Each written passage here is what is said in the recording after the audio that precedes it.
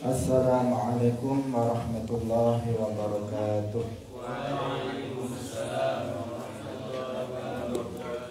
Alhamdulillahi rabbil alamin. Lahul ni'matu wa lahul fadlu wa lahul thana'ul hasan. Wa salawatullahil barrir rahim wal malaikatil muqarrabin ala sayyidina wa maulana Muhammadin wa ala alihi wa ashabihi tayyibin at-tahirin. Allahumma la sahla illa ma ja'altahu sahla wa anta taj'alul hazna idza syi'ta sahla. Allahumma arzuqna al-ikhlas fi niyyati wal qawli wal amal. Wa ba'd. Ila nabiyil mustafa sallallahu alaihi wasallam wa ikhwanihi minal anbiya'i wal mursalin والشهداء والصالحين خصوصا إلى السلطان الأولياء الشيخ عبد القادر الجيلاني والشيخ أحمد الرفاعي والشيخ بهاء النقشبندي والشيخ عبد الله الهرري وإلى أرواح مؤسس جمعية نهضة العلماء الشيخ محمد هاشم أشعري والشيخ بسر سنسوري والشيخ عبد الوهاب حسبوه وإلى أرواح جميع أهل القبور من المسلمين والمسلمات. الفاتحة. أعوذ بالله من الشيطان الرجيم. بسم الله الرحمن الرحيم. الحمد لله رب العالمين. الرحمن الرحيم. مالك يوم الدين. إياك نستعين. اهدنا الصراط المستقيم. صراط الذين أنعمت عليهم غير المغضوب عليهم ولا الضالين. آمين. Hadirin hadirat kaum muslimin muslimat, pemirsa Madu TV rahimakumullah. Alhamdulillah, kita bersyukur kepada Allah Subhanahu wa taala. Pagi hari ini Allah masih melimpahkan nikmat-nikmatnya yang sangat banyak kepada kita semuanya, yang kita tidak mampu untuk menghitungnya karena banyaknya nikmat yang Allah anugerahkan kepada kita. Terutama nikmat taufik, karena hanya dengan taufik dari Allah Subhanahu wa taala kita semuanya bisa istiqamah dalam majelis ilmu. Shalawat dan salam semoga tetap terlimpahkan kepada Nabi Agung Nabi Muhammad sallallahu alaihi wasallam, para sahabatnya, keluarganya serta seluruh umat Islam yang mengikuti beliau ila yaumil qiyamah. Kita sampai pada hadis 149, masih dalam babul adzan. Mari kita ikhlaskan niat kita masing-masing lillahi ta'ala. Wa 'an ibni Umar wa 'Aisyah radhiyallahu anhuma qala Rasulullah sallallahu alaihi wasallam, Inna bilalan yu'adzinu bilailin fakulu washrabu hatta yunadi ibnu ummi maktum. Inna bilalan, saat temene Bilal iku yu'adzinu azan sapa Bilal bilailin ing dalem wektu wengi. Fakulu mongko mangano sapa sira kabeh, washrabu lan ngombeya sapa sira kabeh, hatta yunadiya sehingga azan sapa ibnu ummi maktum. Wa kana lan ana sapa Abdullah ibnu ummi maktum iku rajulan wong lanang a'ma kang wuta, la yunadi ora azan sapa ibnu ummi maktum hatta yuqala sehingga den ucapaken lahu maring ibnu ummi maktum asbahta. Wis masuk subuh sapa sira, asbahta wis masuk subuh sapa sira. Muttafaqun alaihi wa fi akhirih idraj. Hadirin hadirat rahimakumullah, disebutkan dalam hadis ini bahwa Rasulullah Shallallahu Alaihi Wasallam bersabda, sesungguhnya Bilal itu azan di waktu malam. Maka makan dan minumlah sampai Abdullah ibnu Ummi Maktum itu mengumandangkan azan. Jadi Rasulullah memiliki beberapa muadzin, tukang azan. Di antaranya ada namanya Bilal ibnu Rabah, kemudian ada Abdullah ibnu Ummi Maktum. Abdullah ibnu Ummi Maktum ini seorang laki-laki yang buta, tetapi beliau adalah muadzinu Rasulillah Shallallahu Alaihi Wasallam. Di waktu subuh itu ada dua azan. Nah, pada masa Rasulullah itu ada dua azan. Yang pertama azan yang dikumandangkan oleh Bilal, dan ada azan yang dikumandangkan oleh Abdullah ibnu Ummi Maktum. Azan subuh itu ada dua, yang satu belum masuk waktu sholat subuh, jadi dikumandangkan sebelum sholat subuh masuk. Itu yang azan siapa? Bilal. Ketika subuh sudah masuk waktunya, maka yang azan adalah Abdullah ibnu Ummi Maktum. Tapi di daerah kita umumnya azan subuh cuma satu kali. Tapi kalau kita di Makkah, di Madinah, itu ada dua azan. Nah, ini konteksnya adalah di bulan Ramadan, sehingga ada kata-kata fakulu washrabu. Ketika dengar azannya Bilal, kamu masih boleh makan, masih boleh minum, karena waktu subuh belum masuk. Setelah Abdullah ibnu Ummi Maktum azan, baru kemudian sudah nggak boleh makan, nggak boleh minum. Karena ketika Abdullah ibnu Ummi Maktum yang azan, berarti waktu subuh itu sudah masuk. Nah, ini tentang azan pada masa Rasulullah. Nah, dan ini bisa dilakukan, bisa diamalkan sebenarnya di daerah kita. Misalnya sebelum subuh ada azan, nah, tetapi jaraknya agak lama. Nah, sebelum subuh azan dulu, kemudian baru azan lagi untuk masuknya waktu subuh. Nah, tetapi karena nggak biasa, kalau nggak diberitahu terlebih dahulu, mungkin orang akan kaget. Misalnya ini jam 3 kok udah ada azan. Nah, padahal memang pada masa Rasulullah azan subuh itu ada dua. Azan sebelum masuknya waktu sholat subuh oleh Bilal bin Rabah, dan azan ketika sudah masuk waktu subuh oleh Abdullah ibnu Ummi Maktum. Kita kalau menyebut Ibnu Ummi Maktum, maka kita mengingat tentang sababun nuzul dari firman Allah Subhanahu wa taala, abasa wa tawalla. Di mana dengan sebab dari Abdullah ibnu Ummi Maktum, Rasulullah mendapatkan teguran halus dari Allah Subhanahu wa taala. Pada saat itu Rasulullah sedang berada dalam majelis, sedang berdakwah terhadap para pembesar kafir Quraisy. Jadi orang-orang pembesar dari kafir Quraisy ini, Rasulullah sangat berharap dengan dakwah itu yang beliau lakukan saat itu, mereka akan masuk ke dalam agama Islam. Sehingga Rasulullah konsentrasi penuh, memberikan perhatiannya penuh kepada mereka, orang-orang kafir ini. Di tengah-tengah itu kemudian ada Abdullah ibnu Ummi Maktum yang buta, tidak bisa melihat, buta nggak bisa melihat. Tiba-tiba dia datang masuk ke dalam majelis mengatakan, ya Rasulullah, ajarkanlah apa yang telah Allah ajarkan kepadamu, ajarkanlah kepadaku. Ajarkanlah kepadaku apa yang sudah Allah ajarkan kepadamu. Ingin belajar. Abdullah ibnu Maktum sudah muslim, seorang sahabat, datang kepada Nabi minta diajari ilmu.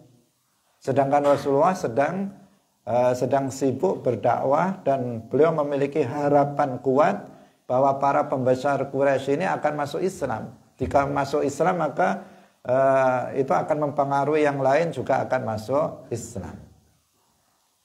Sehingga ketika itu Rasulullah itu memalingkan mukanya, abasa wa tawalla, tidak menghiraukan, artinya tidak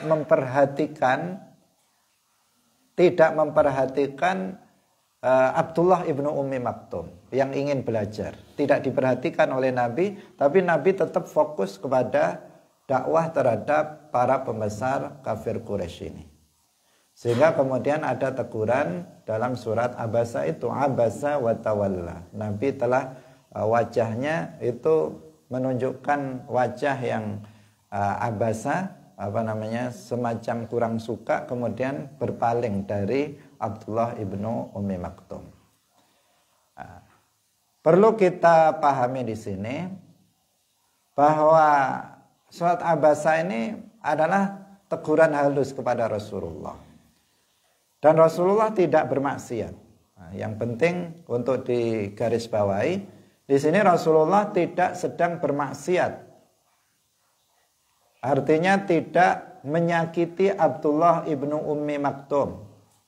Kita tahu bahwa idza muslimin, menyakiti hati seorang muslim itu dosa. Dan bahkan bisa masuk dalam kategori dosa besar. Dalam peristiwa ini Rasulullah tidak menyakiti Abdullah ibnu Ummi Maktum. Kenapa? Karena Abdullah ibnu Ummi Maktum itu buta, nggak tahu kalau Rasulullah memalingkan mukanya, nggak tahu, sehingga hatinya sama sekali nggak sakit. Hatinya Abdullah ibnu Ummi Maktum nggak sakit,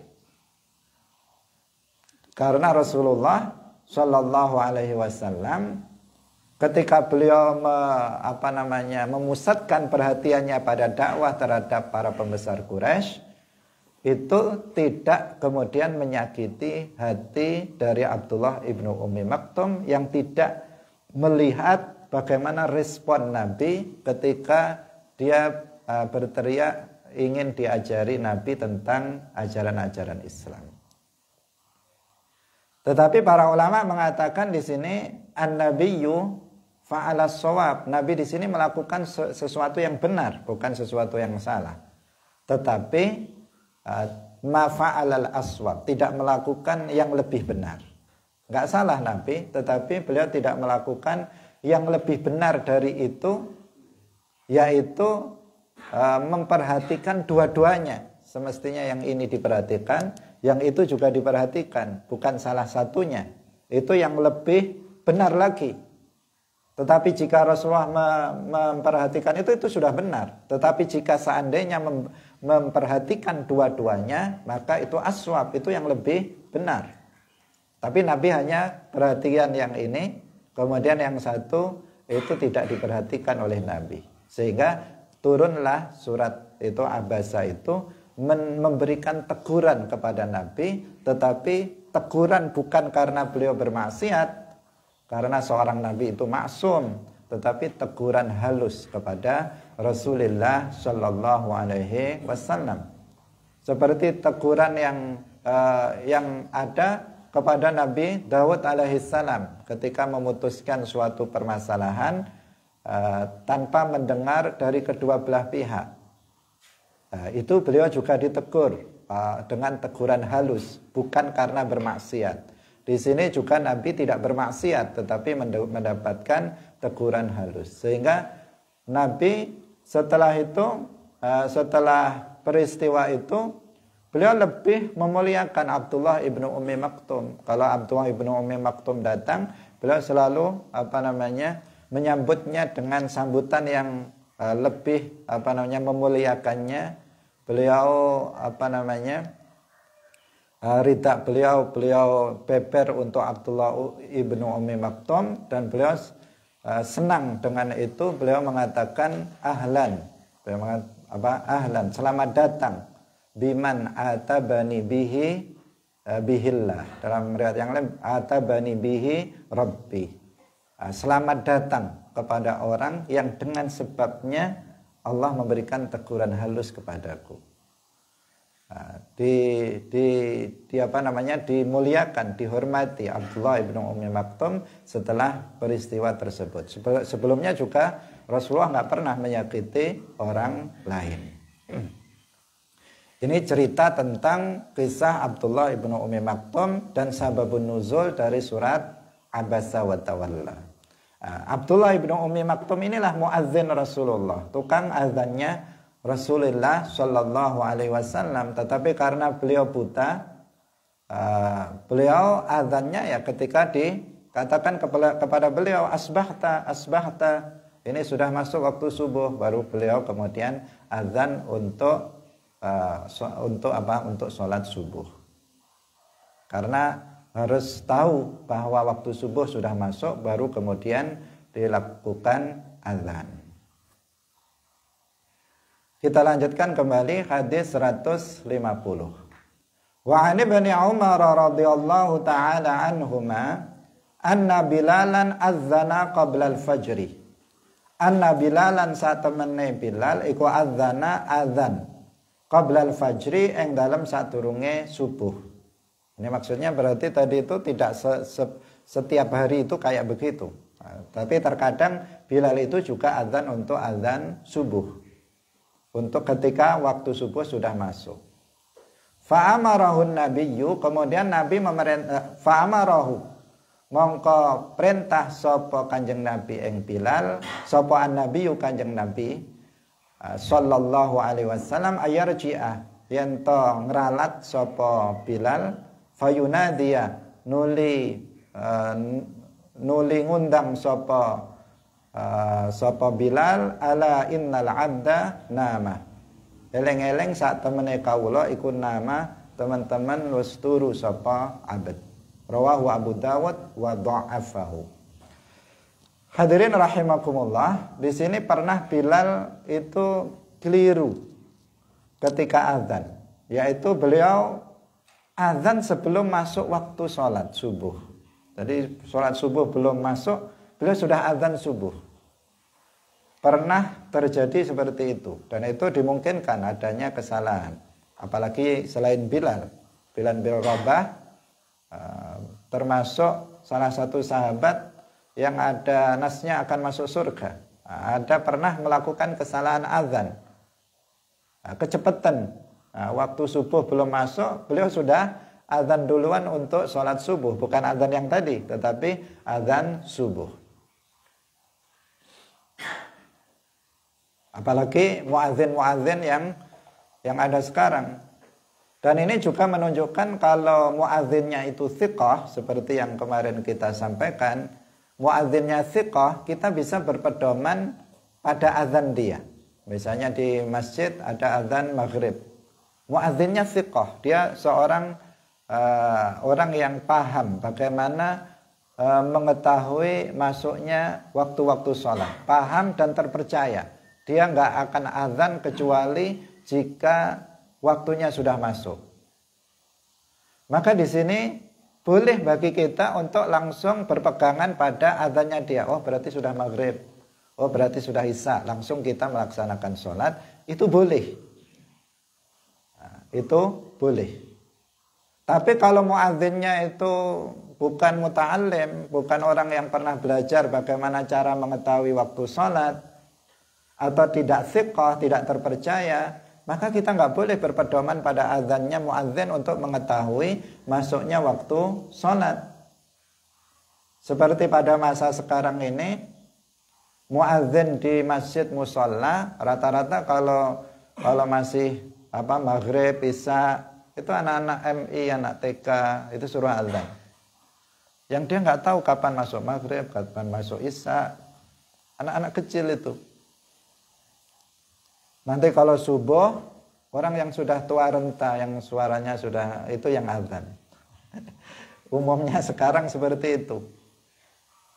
Dan aneh, ya kita sendiri juga menyadari. Kebanyakan kita yang alumni pondok pesantren sudah lama ini nggak mau azan, maunya jadi imam saja. Kalau suruh azan nggak mau. Nanti kamu pulang dari pondok, maunya jadi imam, nggak mau jadi muadzin. Padahal muadzin ini pahalanya sangat besar. Pahalanya sangat besar sekali karena mengajak orang untuk melaksanakan sholat. Tapi jarang orang mau jadi muadzin. Padahal ini adalah sebuah sebuah kemuliaan bagi seorang muadzin. Nanti di akhirat dia akan mendapatkan pahala yang sangat besar. Nah, sehingga hari ini banyak muadzin itu anak-anak kecil. Kalau di masjid-masjid biasa ya, masjid kecuali masjid di kota yang banyak kasnya, muadzinnya dibayar. Nah, baru itu kamu yang suaranya bagus-bagus itu berlomba untuk menjadi muadzin karena ada gajinya.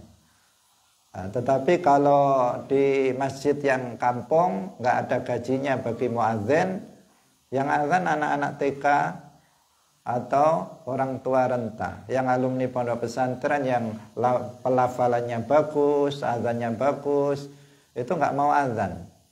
Tapi kalau ada orang azan salah, dia mengkritik, tapi dia sendiri nggak mau azan.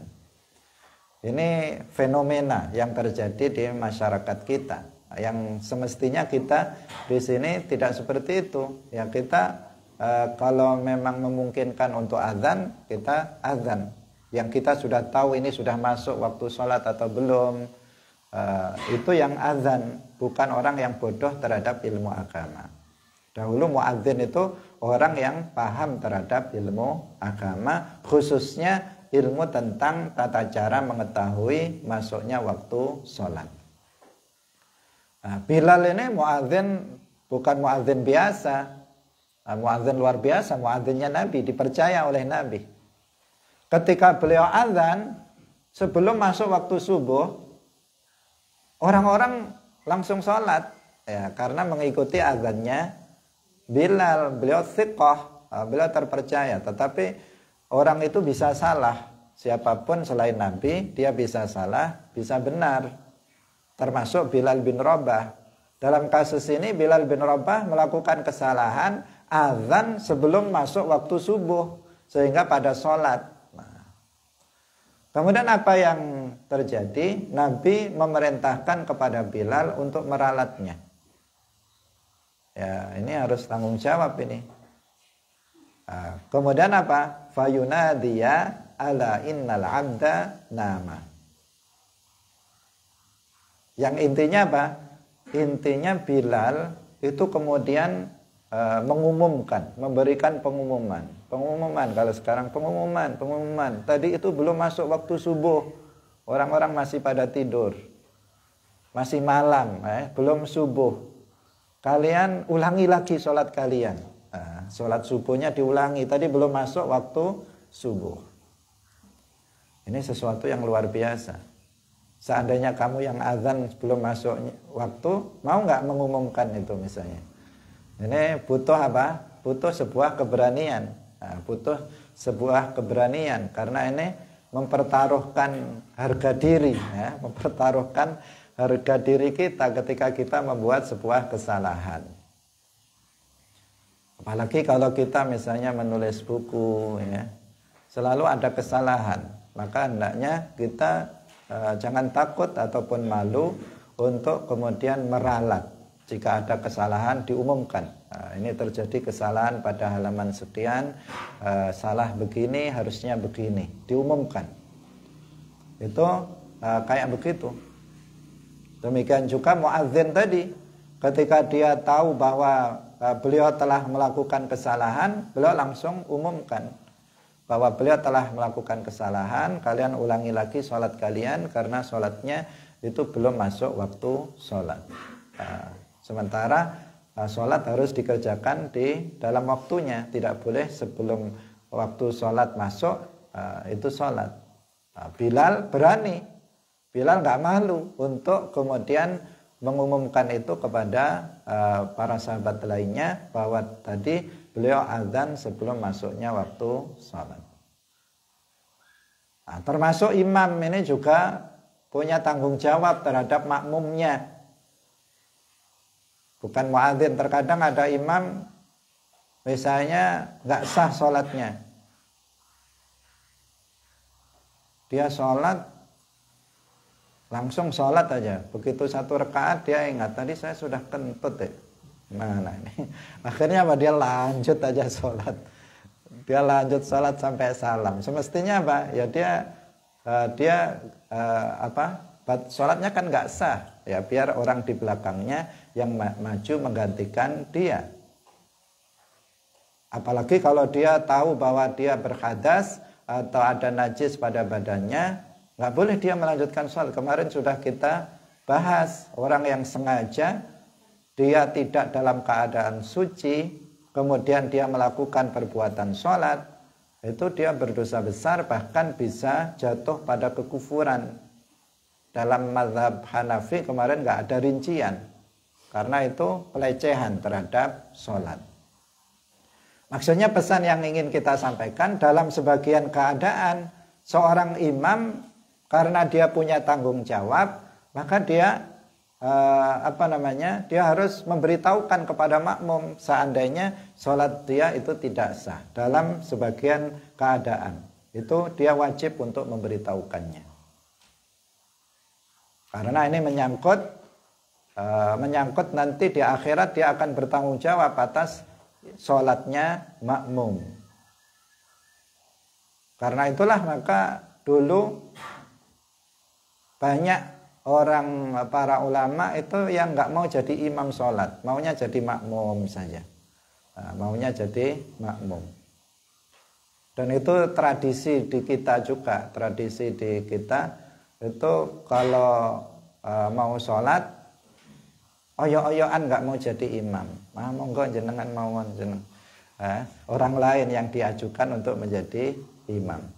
Kenapa? Karena memang menjadi imam itu ya berat, karena dia harus menanggung sholatnya makmum. Dipastikan bahwa imam itu ya sholatnya sah. Karena kalau imam itu sholatnya nggak sah, bagaimana dengan makmum yang bermakmum kepada dia? Gitu. Tapi pada zaman sekarang orang berebut jadi imam. Kalau nggak jadi imam, nggak ke masjid atau ke musola. Maunya kalau jadi imam, kalau ke masjid ya jadi imam. Kalau nggak jadi imam, saya nggak mau ke musola. Ada yang kayak begitu. Karena apa? Menginginkan kemasyhuran, menginginkan pangkat di masyarakat, sehingga kalau nggak jadi imam nggak datang ke masjid atau musola. Ini penyakit, penyakit. Nggak ada tawadhu'nya dalam hatinya, sehingga dia melakukan hal yang seperti itu. Padahal semestinya justru kita mempersilahkan orang lain untuk menjadi imam, tapi dengan ketentuan kalau kita tahu bahwa orang itu sholatnya sah. Kalau kita tahu, misalnya kita tahu teman kita ini, misalnya ada orang, bukan teman kita atau orang, misalnya kita tahu ini sholatnya entah benar entah enggak, atau kita tahu sholatnya enggak sah. Wah, bukan enggak tahu ya, tahu sholatnya enggak sah, fatihahnya belepotan. Kamu jangan bilang monggo jenengan mawon yang jadi imam, jangan bilang begitu, langsung aja kamu yang jadi imam, enggak masalah. Yang penting lillahi ta'ala kita melakukannya, bukan untuk kesombongan. Tetapi ini nanti kalau dia yang jadi imam bisa masalah karena fatihahnya nggak benar. Ya udah saya jadi imam saja. Ya begitu. Jadi lihat-lihat. Jadi konteksnya ini kalau kita mengajukan orang lain untuk menjadi imam, itu apabila sama-sama baik. Oh ini lebih tua, bacaannya lebih bagus misalnya. Ya kita persilahkan orang tersebut untuk jadi imam, jangan kita. Tetapi kalau kita tahu ini bacaan fatihahnya nggak bagus, jangan monggo jenengan mau jadi imam. Kalau dia betul-betul mau bagaimana? Kita maunya hanya sekedar basa-basi saja. Monggo, ternyata dia mau juga jadi imam. Kita repot nanti jadi makmum dia sementara dia fatihahnya tidak benar. Udah kita langsung maju saja lillahi ta'ala kita menjadi imam. Jadi melihat keadaan juga ya, tidak mutlak kemudian itu. Jadi para ulama dulu banyak yang memilih jadi makmum, tidak menjadi imam, itu karena ada yang lain yang sama dengan beliau atau lebih bagus bacaannya dari beliau sehingga mempersilahkan orang lain menjadi imam. Hadirin rahimakumullah. Jadi ini teladan yang dicontohkan oleh sahabat Bilal bin Rabah. Beliau melakukan kesalahan, kemudian beliau mengumumkan kepada para sahabat yang lain bahwa beliau telah salah azannya, silahkan sholatnya diulangi lagi karena sholat yang tadi itu dilakukan sebelum masuk waktu sholat. Dan jika ada orang melakukan kesalahan dalam hal ini azan sebelum masuk waktunya, maka tugas kita adalah mengingatkan. Nah, seperti yang dilakukan oleh Rasulullah, mengingatkan kepada Bilal, ini belum masuk waktu. Nah, diingatkan. Kita juga demikian. Kita berkewajiban untuk mengingatkan jika ada seorang muadzin yang keliru dalam azannya. Artinya sebelum masuk waktu sholat misalnya. Hadirin rahimakumullah. Ini juga dalil dari sebagian ulama bahwa azan subuh ini cuma satu, bukan dua. Tadi kan kita katakan ada dua azan, ya kan? Tapi di sini ada khilaf di antara para ulama. Ada yang mengatakan dua azan, seperti yang tadi kita terangkan. Yang pertama Bilal, kemudian yang kedua Abdullah ibnu Ummi Maktum. Bilal sebelum masuk waktu sholat, kemudian Abdullah ibnu Maktum setelah masuknya waktu subuh. Tapi dalam hadis yang kedua yang kita baca pagi ini, dikatakan Bilal azan sebelum subuh itu dikatakan salah, sehingga kemudian harus meralat. Berdasarkan hadis ini, sebagian ulama mengatakan azan subuh itu berarti satu, nggak ada azan sebelum subuh. Yang ada azan ketika subuh.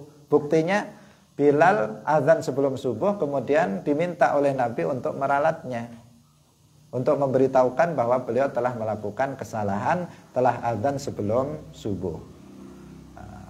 Artinya ada khilaf di antara para ulama tentang masalah ini. Tetapi yang pasti bahwa di sebagian negara itu azan subuh itu ada dua. Kita lanjutkan kembali. Wa an Abi Sa'id al-Khudri radhiyallahu taala anhu qala Rasulullah sallallahu alaihi wasallam idza sami'tumun nidaa faqulu mithla ma yaqulu al-muadzinu. Idza sami'tum tatkala ngrungu sapa sira kabeh an-nidaa ing azan faqulu mongko ngucapa sapa sira kabeh mislama ing padane barang yaqulu kang ngucap sapa al muadzinu muadzin.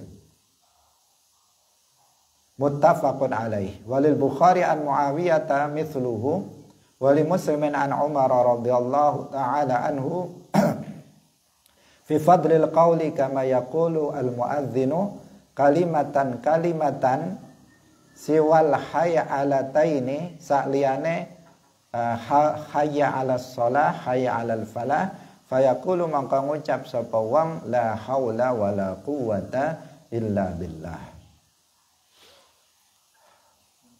Rasulullah bersabda, apabila kalian mendengar azan, nida di sini azan, maka katakanlah seperti yang diucapkan oleh muadzin. Kalau muadzin mengatakan Allahu Akbar, kita katakan Allahu Akbar, Allahu Akbar.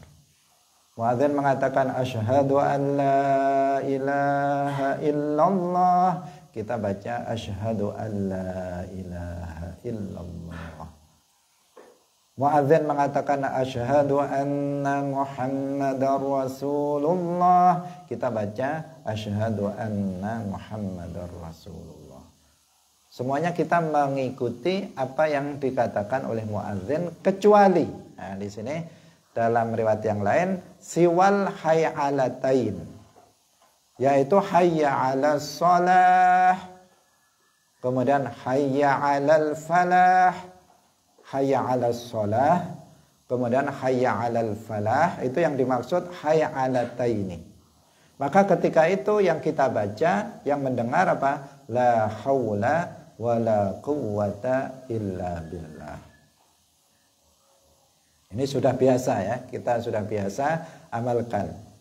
Jadi kalau azan, kita mendengar azan, kita dengarkan azan, kemudian kita ikuti apa yang dibaca oleh muadzin, persis lafadznya persis seperti yang dibaca muadzin, kecuali ketika muadzin membaca hayya 'alas shalah dan hayya 'alal falah, maka kita baca la haula wala quwata illa billah. Dan kita dianjurkan untuk mendengarkan azan jika azan itu sudah dikumandangkan. Nah, kecuali kalau kita masih sedang dalam kondisi misalnya di tengah-tengah menjelaskan tentang pelajaran yang penting yang nggak bisa diputus. Nah, maka kita nggak apa-apa lanjut. Misalnya dalam belajar seperti ini, tiba-tiba ada azan berkumandang, azan zuhur misalnya atau azan asar, kita bisa lanjut saja. Karena jika kita putus nanti ada sesuatu yang disalahfahami misalnya, maka kita bisa lanjutkan. Tetapi jika memungkinkan kita untuk mendengarkan azan, maka kita dengarkan dan kita jawab, kita ikuti bacaan dari muadzin tersebut. Dalam riwayat yang lain itu dikatakan summa sallu alayya. Jadi ada lafadz itu. Ini penting untuk kita ahlus sunnah wal jamaah, karena ini dalil tentang bolehnya membaca sholawat setelah azan. Jadi dalam riwayat yang lain disebutkan faqulu mithla ma yaqulul muadzinu summa sallu alayya. Kemudian bersolatlah kalian kepadaku. Sehingga di negara-negara Islam setelah azan kemudian ada yang membaca sholawat dengan suara keras. Setelah azan membaca sholawat dengan suara keras. Apa hukumnya? Hukumnya boleh. Ini dalilnya. Nah, dalilnya ini. Idza sami'tun nida faqulu mithla ma yaqulul muadzin thumma sallu alayya. Dalam riwayat yang lain. Dan itu bukan menambah azan. Kalau kita membaca sholawat setelah azan, itu bukan namanya menambah azan. Karena kalau orang Wahabi, pengikut Muhammad bin Abdul Wahab dan Ibnu Taimiyah, itu mengharamkan membaca sholawat setelah azan. Katanya itu termasuk bid'ah yang muharramah, bid'ah yang diharamkan. Itu menurut siapa? Wahabi. Sementara kita, tradisi kita, itu nggak begitu. Kita setelah azan kemudian ada baca sholawat dengan suara keras. Nah, kemudian bagaimana dikatakan bahwa membaca sholawat itu menambah azan? Padahal azan itu berakhirnya dengan bacaan la ilaha illallah. Itu sudah berakhir. Ketika kita kemudian membaca sholawat itu bukan namanya menambah, karena azannya sudah selesai.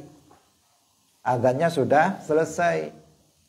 Beda kalau misalnya setelah hayya 'alal falah kemudian ditambah Allahumma sholli wa sallim ala sayyidina Muhammad, baru kemudian Allahu akbar la ilaha illallah. Berarti itu nambah karena masih di tengah azan. Nah ini azannya sudah selesai, sudah ditutup dengan la ilaha illallah, baru kemudian baca sholawat. Ini sesuatu hal yang berbeda. Bukan menambah azan itu namanya. Sama seperti kalau kita misalnya sholat zuhur. Setelah kita sholat zuhur itu berakhirnya dengan apa? Dengan salam. Ketika kita sudah membaca salam, assalamualaikum, assalamualaikum. Sudah selesai. Kalau setelah itu kita baca zikir, apakah itu menambah sholat? Enggak, sholatnya sudah selesai. Bukan menambah sholat namanya. Nah, ketika seseorang sudah membaca la ilaha illallah, muadzinnya sudah baca itu, berarti sudah selesai azannya. Setelah itu dia baca sholawat, bukan menambah azan. Selain ada dalil di sini, tsumma shollu alayya. Kemudian juga ada hadis yang lain yang mengatakan al-bakhilu man dzukirtu indahu falam yusalli alayya. Orang yang bakhil itu adalah orang yang disebut namaku kemudian dia tidak bersolawat kepadaku. Pertanyaannya, dalam azan ada enggak nama Nabi disebut? Ada. Nah, Asyhadu anna Muhammadar Rasulullah. Ada nama Nabi disebut. Maka setelah azan kemudian seseorang membaca sholawat karena mendengar nama Nabi disebut. Itu juga dalil bagi ahlus sunnah wal jamaah tentang bolehnya membaca sholawat Nabi. Nah, bahkan kalau di Jawa sholawatnya kemudian menjadi panjang. Sambil menunggu imam datang, kemudian dia membaca sholawat Nabi. Ada juga yang bukan sholawat yang dibaca, tetapi tetapi doa, doa yang dibaca. Ada lagi yang ngasih pelajaran lagi, di tengah-tengah antara adzan iqamah dia ngajari orang, ada pelajaran, ada istighfar dan macam-macam. Itu bukan menambah adzan. Nah, kita lanjutkan kembali. Wa an Utsman bin Abil As radhiyallahu taala anhu annahu qala ya Rasulullah ij'alni imama qaumi qala anta imamuhum wa qatadi bi ad'afihim annahu qala saat temene Utsman bin Abil As iku qala dawuh sapa Utsman bin Al-As ya Rasulullah ij'alni dadekno sapa sira ing ingsun imama qaumi ing imame kaum ingsun. Qala dawuh sapa Kanjeng Nabi anta imamuhum, anta utawi sira Utsman bin Abil As anta utawi sira iku imamuhum imame kaum wa qatadi lan manuta sapa sira ngikuti sapa sira bi at'afihim kelawan kang paling apes-apese kaum wa takhid lan dadekna sapa sira muadzinan ing muadzin la ya'khudhu kang ora ngalap sapa muadzin ala adzanihi ing atase adzane muadzin ajron ing upah. Akhrajahul khamsatu wa hasanahu Tirmidzi wa sahhahahu Al-Hakim. Di sini ada Utsman ibnu Abil As berkata kepada Rasulullah, wahai Rasulullah, jadikanlah aku seorang imam kaumku. Artinya jadikanlah imam untuk kaumku. Kemudian Nabi mengatakan kamu imamnya, kamu imam mereka dan ikutilah yang paling lemah di antara mereka. Maksudnya bagaimana? Maksudnya seorang imam itu harus memperhatikan makmum. Imam itu harus memperhatikan makmum. Bagaimana maksudnya? Dilihat makmumnya ini anak-anak muda, orang-orang tua, atau ibu-ibu, atau siapa? Dilihat. Oh, ternyata makmumnya ada yang gak kuat berdiri lama, sudah tua. Kalau ruko maunya pelan-pelan, karena mau turun aja udah sakit semua boyoknya, misalnya pinggangnya. Ada lagi makmumnya ibu-ibu yang repot dengan bayinya, yang dia ingin cepat-cepat selesai sholatnya. Itu harus diperhatikan seorang imam. Jangan mentang-mentang suaranya bagus, hafalannya banyak, kemudian baca surat Al-Baqarah misalnya sampai khatam. Ya, makmumnya pergi semua, besok nggak ada lagi yang makmum sama kamu. Ya. Jadi kita sebagai imam itu harus bijaksana melihat keadaan makmum. Kalau lihat, wah gagah-gagah semua ini yang di belakang ini misalnya, kuat-kuat berdiri sampai lama pun surat yang dibaca panjang kuat, nah, silahkan lama. Tetapi kalau melihat makmumnya itu orang-orang tua, ada ibu-ibu lagi, maka di sini kita harus bijaksana. Ya udah, surat yang pendek saja. Nanti kalau mau panjang, nanti sholat malam, sholat tahajud, baca satu surat Al-Baqarah itu misalnya. Karena dia sholat sendiri, bukan berjamaah. Jadi imam itu di sini mengajarkan kepada kita seorang imam itu harus bijaksana melihat kondisi makmum. Perhatikan siapa makmumnya. Nah, biasanya di tempat kita ini apa? Dalam sholat tarawih, biasanya umumnya kita lebih cepat. Kenapa ya? Karena melihat kondisi makmum. Kalau kita 20 rakaat, kemudian sholatnya pelan, ya sudah terbukti dia akan ditinggalkan oleh makmumnya akan pindah ke tempat yang lain atau bahkan tidak sholat. Lama di sana sholatnya. Maka tanpa menghilangkan tumak ninah, tanpa menghilangkan keabsahan sholat, tetap kita perhatikan, tetapi yang dibaca itu adalah yang kira-kira tidak memberatkan bagi makmum. Jadi bukan melihat kita, tetapi melihat makmum. Sama kita sebagai guru mengajar itu juga melihat murid, bukan melihat kemampuan kita. Nah, misalnya saya ngajar jurumiyah, matan jurumiyah. Ya ajarkan yang di matan jurumiyah itu saja. Jangan saya ngajar matan jurumiyah tapi keterangannya alfiyah. Nah, pusinglah yang mendengar, ya, nggak paham tambah pusing. Artinya mengajar kita lihat siapa yang diajar. Kita sebagai imam harus memperhatikan siapa makmum. Nah, itu perintah Nabi. Nabi mengatakan waqtadi bi ad'afihim. Perhatikan yang paling lemah di antara mereka.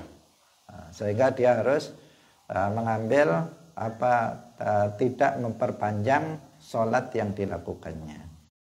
Wattakhid muadzinan, jadikanlah seorang muadzin. Jadi tunjuk muadzin dalam sebuah masjid atau mushola, tunjuk muadzinnya siapa. La ya'khudhu ala adzanihi ajran, yang muadzin itu tidak mengambil upah dari adzannya. Jadi apa hukumnya muadzin bayaran? Muadzin yang dia mengambil bayaran dari adzannya, seperti yang banyak berlaku pada masa sekarang, khususnya di kota-kota, apalagi masjid yang bagus-bagus seperti yang baru kita kunjungi kemarin, itu dibayar muadzinnya, imamnya juga dibayar, muadzinnya dibayar, khatibnya juga dibayar. Pertanyaannya di sini Nabi mengatakan wattakhid muadzinan la ya'khudhu ala adzanihi ajra. Apa hukumnya? Kalau dalam mazhab Hanafi haram. Seorang muadzin ngambil upah dari adzannya, itu hukumnya haram. Itu kalau dalam mazhab Hanafi. Kalau dalam mazhab Syafi'i boleh, tetapi dia tidak mendapatkan pahala. Boleh, tetapi dia tidak mendapatkan pahala. Silakan mau pilih mana? Pilih duit atau pilih pahala? Kalau pilih duit, ya ambil uangnya, upah dari azan itu, nggak masalah, nggak berdosa. Tapi kalau kamu ingin pahala di akhirat, ya jangan minta upah dari azan yang kamu lakukan. Bisa difahami ya. Jadi ini bisa memilih, pilih pahala atau pilih uang, upah. Sama seperti kalau seseorang membangun masjid atau mushola. Kalau ada pak tukang misalnya, dia membangun masjid. Dia dibayar setiap hari. Dia dapat pahala apa enggak? Enggak, karena dia memilih untuk dibayar. Dia kerja itu untuk biar dibayar manusia. Beda kalau untuk satu hari ini saya nggak usah dibayar. Berarti untuk satu hari itu dia mendapatkan pahala telah membangun masjid. Azan juga begitu. Kalau dia pengen dapat pahala, ya nggak mengambil upah. Kalau dia misalnya mengambil upah, maka nggak dapat pahala. Saya nggak mau azan kalau nggak dibayar sebulan sekian. Dia dapat uang boleh, tetapi dia nggak mendapatkan pahala. Kalau dalam mazhab Hanafi itu hukumnya haram, nggak boleh sama sekali. Berdasarkan zahir hadis ini mengatakan la ya'khudhu ala adzanihi ajra. Hadirin rahimakumullah, satu lagi hadis.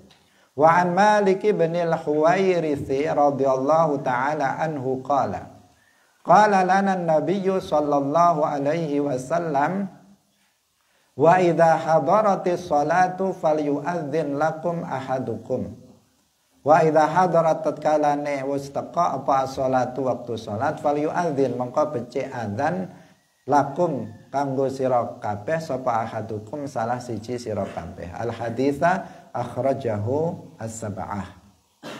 Nah, ini syariat tentang azan. Jadi ketika waktu sholat sudah masuk, maka hendaknya seseorang itu azan. Dan azan merupakan salah satu syiar Islam. Nah, salah satu syiar Islam untuk memanggil umat Islam menunaikan sholat secara berjamaah. Saya kira ini yang bisa kita sampaikan pada pagi hari ini. Semoga bermanfaat bagi kita semuanya. Barakallahu fikum wallahu muwaffiq ila aqwamit thoriq. Wassalamualaikum warahmatullahi wabarakatuh. La ilaha illallah. Allahumma salli ala sayyidina Muhammad wa ala alihi wa sahbihi wa sallim. Rabbi ghfirli wa liwalidayya wa lil mu'minina wal mu'minat. Barakallahu fiik.